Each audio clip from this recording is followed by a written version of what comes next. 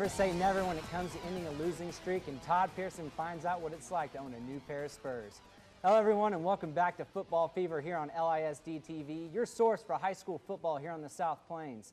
Travis Cram here, and alongside me is the ruler of all things pigskin, George Watson of the Lubbock Avalanche-Journal. That's kind of tame. I know.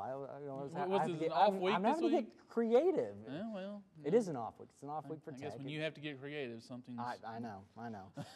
But obviously a big matchup this past weekend, George, out at Lowry Field. The Spurs game, it's always an interesting one between Lubbock High and Monterey. And, you know, Todd Pearson getting his first chance to be the head coach of this team. And Plainsmen stopped a pretty good Lubbock High team that had been rolling the last 2 weeks. They did. Yeah, they did. Boy, did I catch that one wrong, get that one wrong, or what? Boy, that one took me, I wouldn't say by complete surprise, but the way Monterey dominated the game, it was very surprising. But, you know, credit Monterey, they did it on all three sides of the football. They did it offensively, they did it on defense, getting the big interception return from Ryan Rager late in the game, and then doing on special teams with Jordan Vestal getting the punt return and things like that. So, yeah, it was a pretty complete win for Monterey, a big win for Monterey. Now they can kind of build some momentum going into the season, going into next week against Coronado, a team that struggled last week as well. Now maybe Monterey can win a couple games and kind of have some good feelings going into next year. Now you mentioned Vestal, obviously 50-yard punt return for a touchdown. We're going to find out more about him later on in the show. Switching over to the next game now at Lowry, or at San Angelo. San Angelo Central taking on Coronado, a game that we thought maybe the Mustangs could win this one, get some momentum rolling into the Monterey game like you mentioned, but San Angelo Central snaps their 21-game losing streak. A good win to see Coach Davis out there get his first one. Absolutely. I mean, you know, Central had been playing hard, and you could tell this was a different Central team. You know, watching them against Monterey, you know, seeing what they did against Lubbock High, that, you know, they were a different team. They just weren't able to put it all together. Now, I don't know if Coronado went down there, if they took them lightly.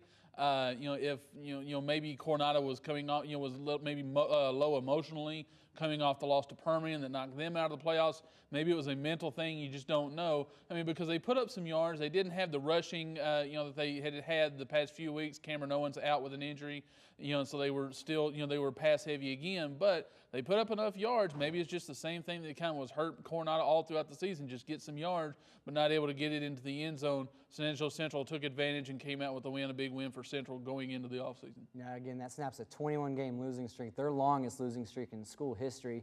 Looking at some of the other scores around 2-5A, Odessa 28, Midland 21. That almost does everything, wrap up that district for the Broncos this season. Permian wins 21-13 over Tascosa, a team that's on a roll right now.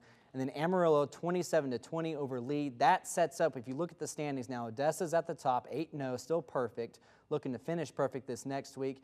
Amarillo at 6-2, Permian at 6-2. So obviously those wins have been huge for the Panthers so far. And then you have the big tie between Midland and Midland Lee, and obviously now this last game really means something to all these teams. Yeah, all these last games, means something, a big something. And I keep going back to it. How big is that loss to Lubbock High for Midland Lee now that they're sitting there fighting for that fourth playoff spot with Midland? Luckily they hold the tiebreaker over Midland. So if they end up tied, Midland Lee will end up, in that playoff spot. But you got Permian, Amarillo sitting there playing very good football, and like you said, Odessa's got that thing wrapped up, a perfect 8-0.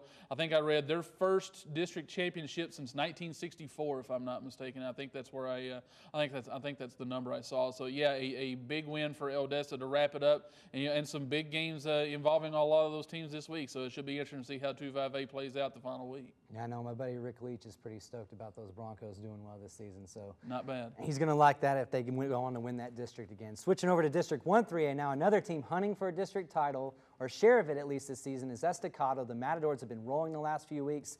They get a big win on Friday night over Dalhart, 27-17. Danny Cervantes' group is looking better than ever right now. Yeah, whatever they did when they said they were going to simplify things and do whatever they did, it's absolutely worked to perfection. They've rattled off 3 straight wins. They've been running the football very well, and a big game from Augustine to Biggity, 20 carries, 139 yards, 4 touchdowns. It was a back and forth game for a while, but then once Estacado kind of got about a 10-point lead, they were able to hold Dalhart at bay and do it with the running game and kind of stretch that thing out. the Mad Doors are just playing good, sound, fundamental football right now. They're doing it on offense.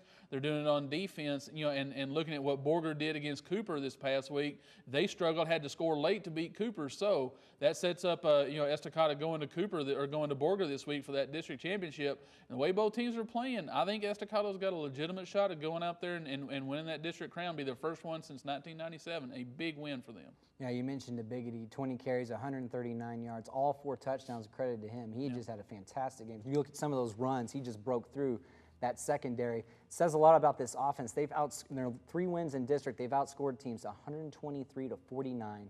So obviously they've got what they need rolling into Borger.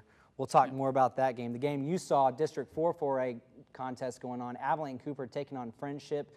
This obviously is not that same Tigers team as last season. They've had their struggles. They've had their injuries.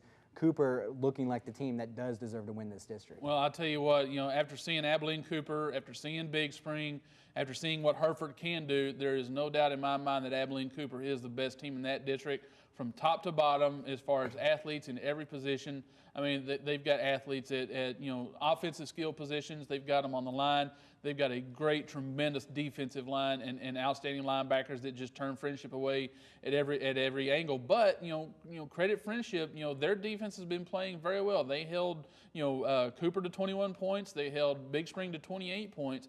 So if they get it done, they're going to get it done with defense. We'll see, it'll be interesting to see how their offense comes out this week. If Brandon Hanslick can play after taking the injury to the neck where he felt some numbness, didn't play in the second half. If he can play, I think they'll be good this week. Of course, but John Curtis played well in a backup role for the Tigers offense. So, they've got to get some things going offensively, going into the playoffs if they want to get into the playoffs, actually, because their playoffs start this week against Angelo Lakeview. But, they were just a little outmatched against Abilene Cooper this week. Now you mentioned a quick look at the standings. Cooper on top at 4-0, of course. They've locked up that share of the district at least. Big Spring at 3-1, Hereford at 3-1. Then you have Friendship and Lakeview at 1-3. It's a must-win situation for either team, so it'll be a big one this weekend to see who takes that final spot. Going over to District 3-2A now, Roosevelt taking on Shallowwater. Wow. I mean, we thought it would be a big offensive game, but it looked like it was a one-sided offensive game in this one. Yeah, and you actually kind of feel bad for Shallowwater in that they have probably their best offensive football game of the season. A great effort by Logan Powell, about two passing touchdowns, 4 rushing touchdowns. He accounted for over 200 yards of offense.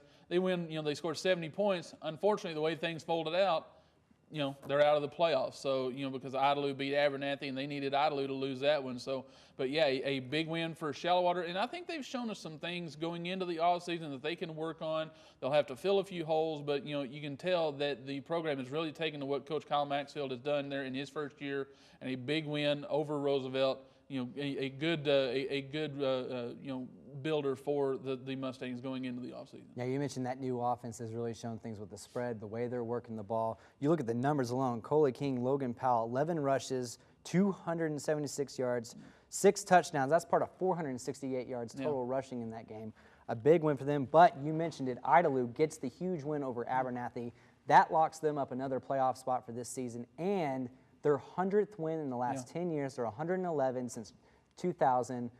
That's a true testament to what Johnny Taylor has done with this program. Well, it's not only a testament to the dominance that Idalou's had over the past 10 years, but to the consistency they've had over the past 10 years. Looking back at those 100 wins, I think I counted up there's maybe 4 or 5 or 6 double-digit win seasons, a couple of 12-win seasons, a 13-win season.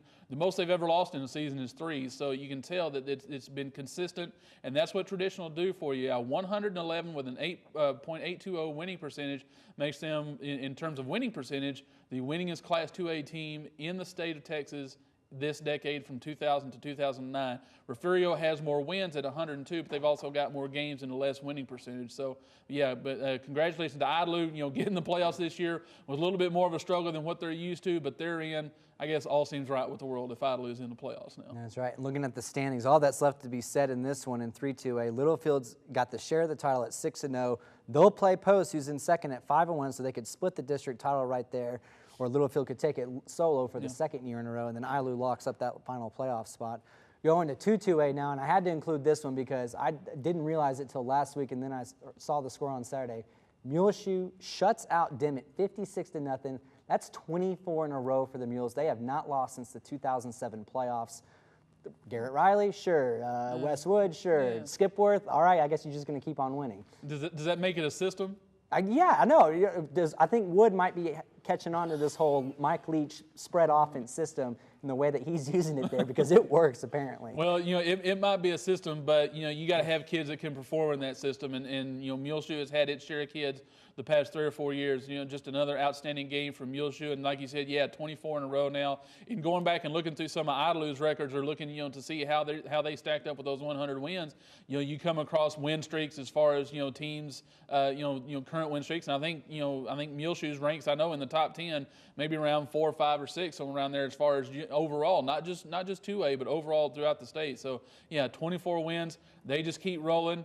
But the first 2 rounds of the playoffs are going to be outstanding because in District 1 you've got Bushland, which is ranked number 2. You got Muleshoe in 2A that's ranked number 4, and then you got a solid Littlefield team out there that are all going to be Division 1. So it's kind of going to be like last year. Whoever can kind of get through those first 2 or 3 rounds is going to be going to be sitting tall for the state championship. But yeah, another good win for Muleshoe.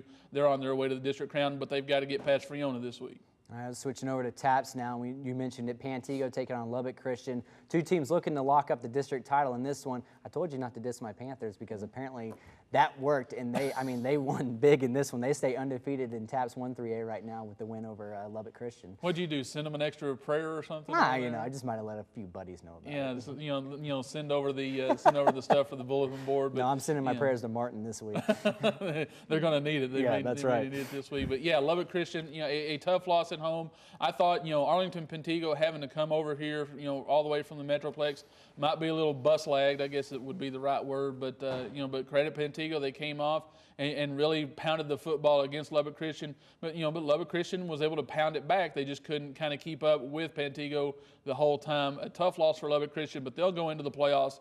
They'll be sitting good. I think they'll probably be a 3 seed if I'm not mistaken in that district, and they'll play some good teams. But the way they've played all year, they should be able to go at least a couple rounds deep, maybe longer. We'll see.